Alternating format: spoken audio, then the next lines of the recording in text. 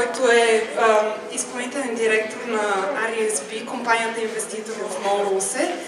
Министър Росен Плевнелиев, на когото благодарим, че дойде тук на нашето събитие.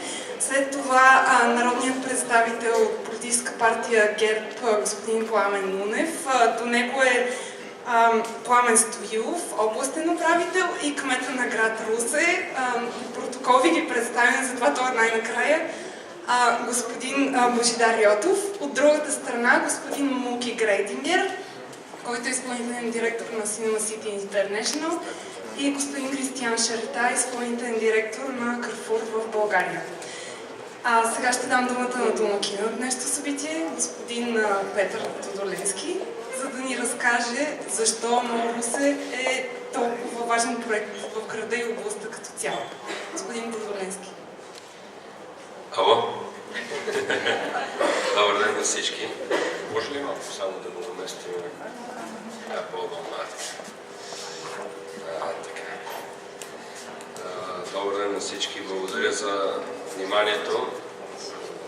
Благодаря на господин Росен Плевнелиев, благодаря на кмета, благодаря на областния управител, благодаря на господата до мене, благодаря на всички гости и приятели.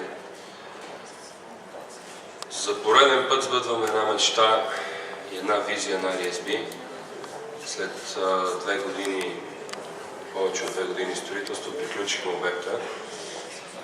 МОЛ Русе е един фантастичен, както го видяхте, може би ще го видите, проект. Най-доброто, което сме правили ние. Повече от 10 години сме в България. Това е третият проект след МОЛ София и МОЛ Пловдив. 26-7 месеца, 90 милиона евро инвестиция оставени в града, над 1000 отворени работни места и продължаваме напред. Днес сме събрали да представим откриването на двамата най-голями. Това е Carrefour, най-голямата верига хипермаркети в света. Cinema City, един от най-големите оператори на кино в света също. И достатъчно от мен ви се надам думата на господин Плевнелиев. Господин Плевнелиев, вие сте.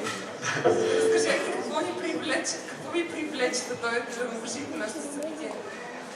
Аз ще мина по официалностите, защото познавам всеки един на тази маса, и разбира се, обичам да идвам до Русе. Съм строителен министър. Като строителен министър обикновено се очаква от мен да разбира от строителство, да разбира от инвестиции. Съвсем отговорно искам да заявя, че това, което видях днес тук, надминава всичките ми очаквания.